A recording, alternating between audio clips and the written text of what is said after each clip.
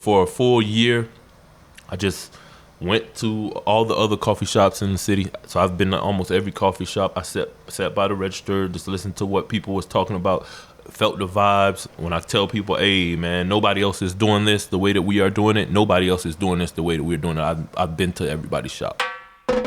I'm Delia Colon, and this is The Zest. Citrus, seafood, Spanish flavor, and Southern charm. The Zest celebrates cuisine and community in the Sunshine State. Today, we're brewing up coffee and conversation with Emmanuel Dunbar of Royal Diaspora. Emmanuel Dunbar grew up hating coffee.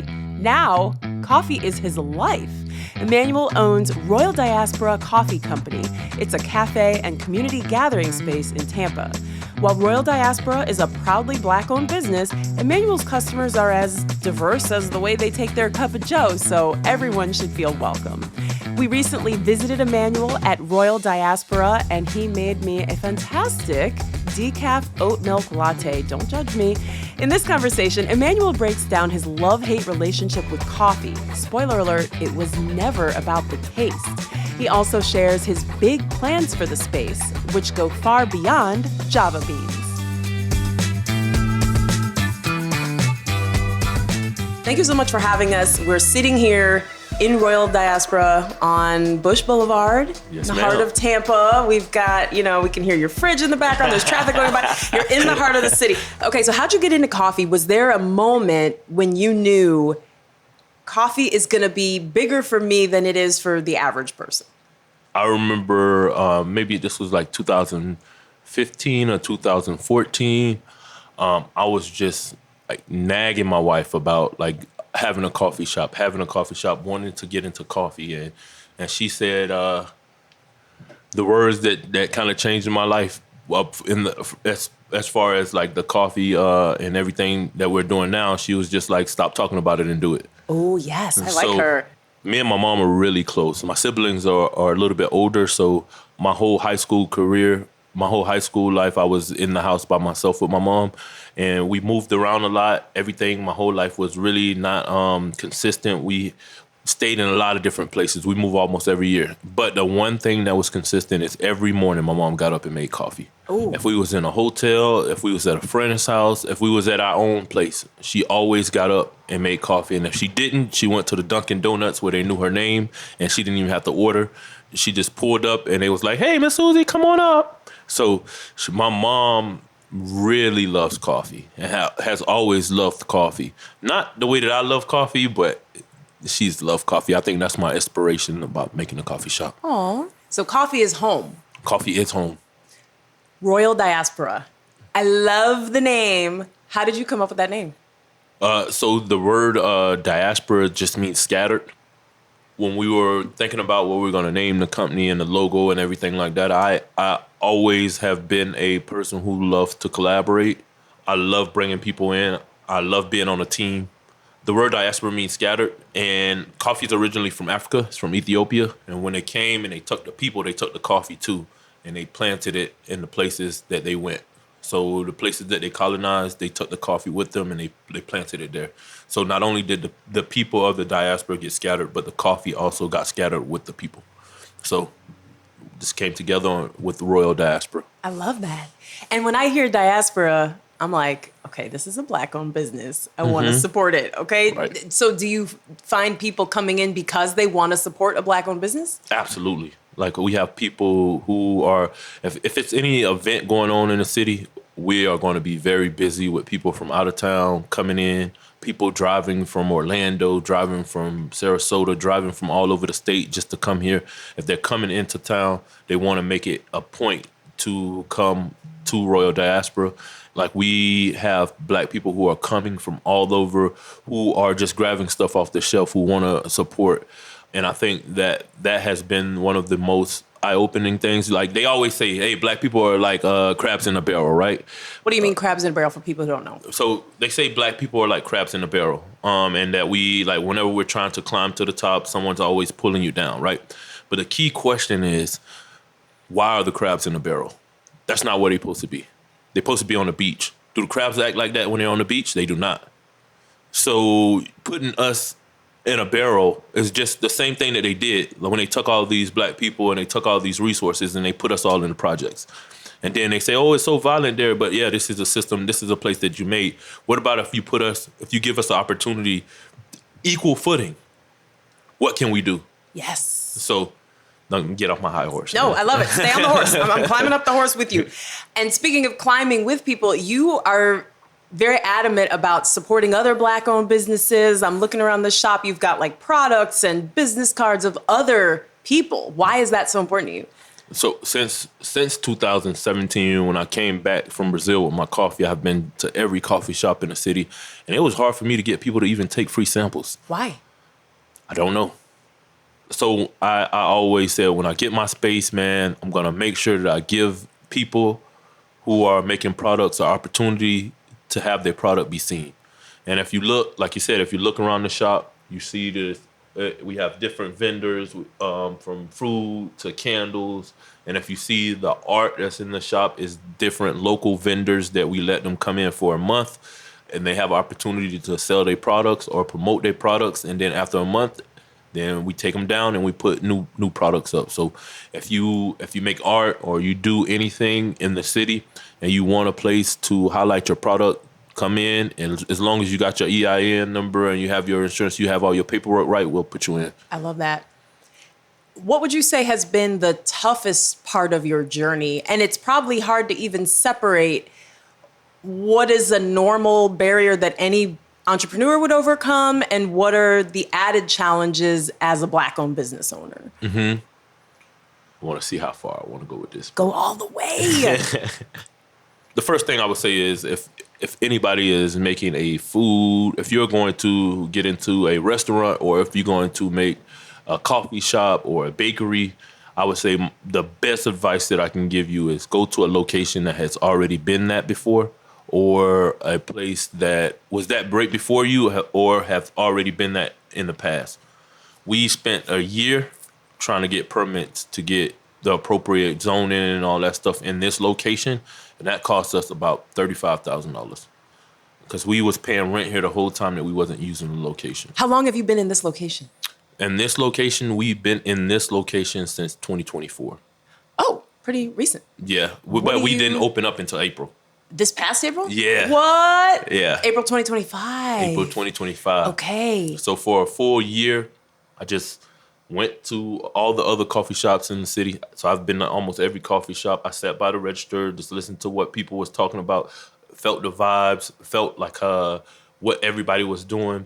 So that's how I know, like when I tell people, hey, man, nobody else is doing this the way that we are doing it. Nobody else is doing this the way that we're doing it. I've been to everybody's shop. What do you mean by that? Just like being intentional. So here we also are, I'm going to say we're trying. We are trying to offer free therapy and financial literacy to everybody who lives in this area. Ooh, coffee and free therapy. Mm-hmm, mm-hmm. Is this Temple Terrace? This is Tampa. This is considered Tampa. 56 is Temple Terrace. Okay, gotcha. Mm-hmm. So we're just in the heart of Tampa. In the heart of Tampa. Why is it important for you as a coffee shop owner to offer therapy and financial literacy classes?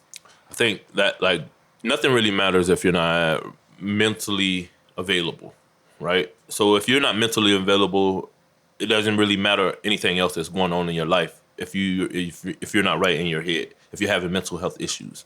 So I think that is really important. And I have a degree in sociology and criminology. I worked for Sequel Care, which was a wraparound service. They had case managers and they had therapists. We went to your house. We worked together, and that job was really impactful. They didn't pay us anything, but the job itself was really impactful, and that was the last job that I had, and I really felt like that job was before their time, and the resources that we was using, and I seen the effects of the family from just having therapy and having someone who cared about what they were doing and it would hold them responsible. Sometimes people just don't know what they're doing wrong.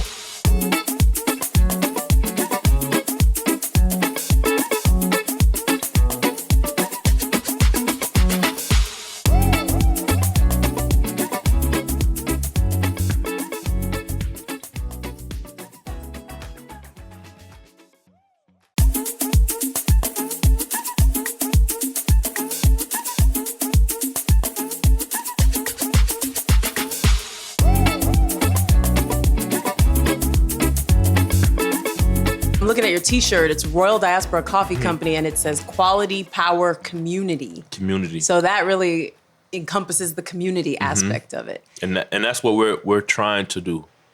I think where we fall short, some of us as Black people, when we open up businesses, that our customer service is just not there. And we are very intentional about our customer service. It is the number one thing that we talk about when you're hired. Is it the number one thing when we talk about at the beginning of the day?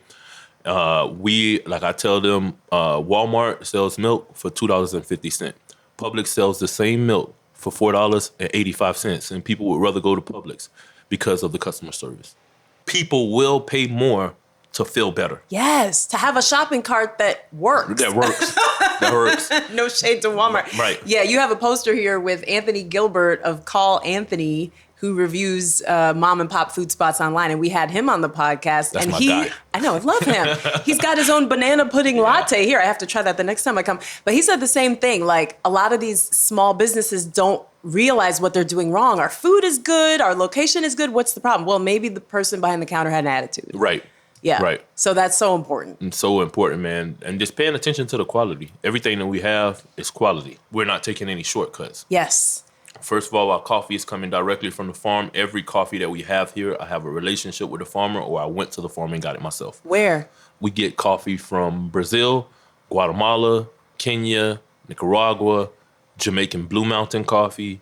We have some Colombian coffee. And we don't have all these coffees at one time. We just have whatever coffee is harvested at that time. So right now we have Blue Mountain coffee, Kenyan coffee, and Nicaraguan coffee.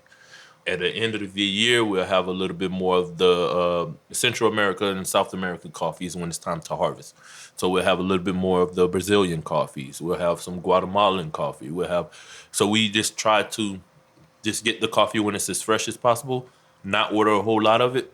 So if you come in and you really like some Kenyan coffee, you better buy a bag, because we don't know how long that bag is going to last. And once that bag is out, we're just going to get a new coffee that's freshly harvested from the next farm. Yes. So, okay, we started this conversation with you saying that you've moved around a lot as a kid, and so wherever the coffee is, or wherever Miss Susie, is that your mom, right? hey. Miss Susie, does she have her own drink here? Nah, she actually was like, hey, you got everybody else drinks and I don't have a drink. So when she comes back, we're going to probably make her a drink. And I think, I've been thinking about something that I think she'll like. Oh, yes. Yeah.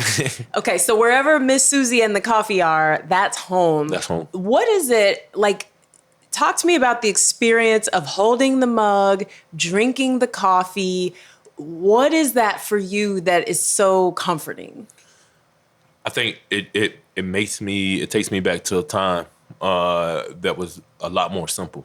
That it was just me and my mom and my stepdad, and I didn't have a whole lot of bills. I didn't have kids. I didn't have a wife. You didn't have all these responsibilities and all these weights of life.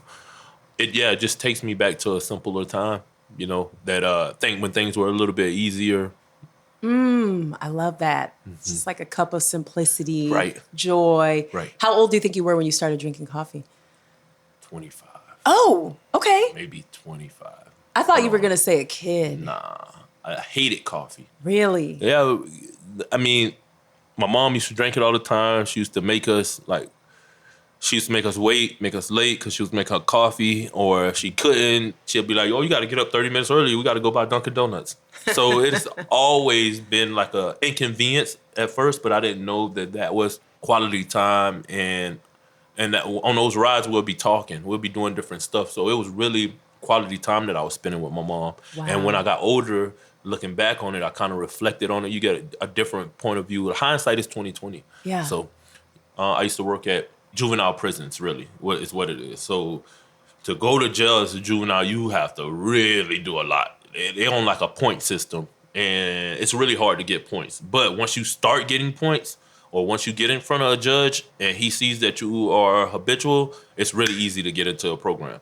So I worked at a level 6 program, which I think was like 6 to 9 months. And then I worked at the big boy facility in Palmetto, where it was people who were there for long periods of time.